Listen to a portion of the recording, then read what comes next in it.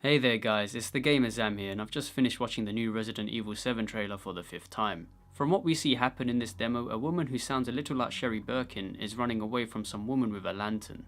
She goes into the house, hides from her a few times and then gets trapped in what looks like a basement, and after that she gets captured by the lantern lady and that's all we get to see. Where do you think you're going? It sounds like at the start that the woman calling Ethan could be some kind of reporter or an officer carrying out an investigation. Seems like I could see those screen lines that you get from the old VHS tapes as she's walking around later on, so it could be another videotape sequence just like the demo had perhaps. Maybe that's stretching it too far. Where is he? Unfucking believable! The Lantern Lady definitely gave off some supernatural being vibes, but it's confirmed by Capcom that it wouldn't be a ghost game but a new strain of virus that has spread throughout the region. At the end of the trailer, the Lantern Lady talks clearly. Whether she's infected or just a crazed person is kind of hard to tell, but to play it safe I'm going to go with both. Judging by the lack of gunplay so far, it's very reminiscent to PT and Outlast, as well as other games in this genre. Capcom have confirmed that weapons will be in the game and have released a screenshot of a shotgun and some shells which are placed on the table rather than being hung off a wall. I think Capcom are deliberately showing us the slow-paced, tense hide-and-seek sections of the game to get their point across that this is going to be a different kind of Resident Evil game. At this point I'm hoping it's not a different game altogether. I would like to see some gunplay as well as some open areas and in-depth puzzles like Resident Evil of the old.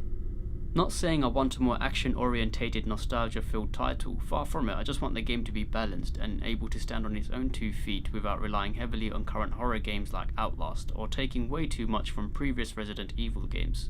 I mean, take a few things from the previous games to keep the DNA of Resident Evil and then add to it in a way that it hasn't been done before. There are still things that need to be revealed, such as combat, characters, somewhat difficult puzzles, basic enemies, as well as more story info without spoiling the game. It's definitely provoked a lot of response in the comment section. People are saying it's going to suck or it looks great and are excited for it. I say it's too early to tell if it will flop or not. We've only seen a sliver of what's on offer here, bearing in mind there are a lot of elements of the game we have yet to see. I've played all the numbered titles of Resident Evil, including the Revelation games and Outbreak. After playing Resident Evil 6, I can see why the game needed to change. Maybe not as drastically as it has now with the first person perspective. Either way, the game has changed and I'm giving it a chance and hoping it doesn't suck come January 2017. I feel like I have to play the game for myself in full to realise if it's rubbish or not.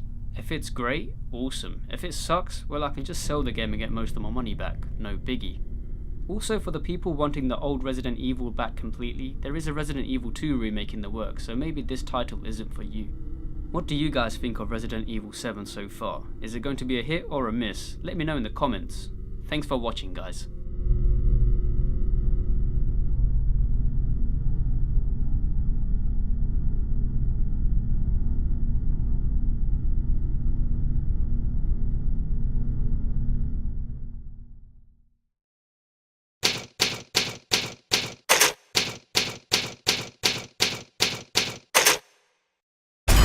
Where do you think you're going?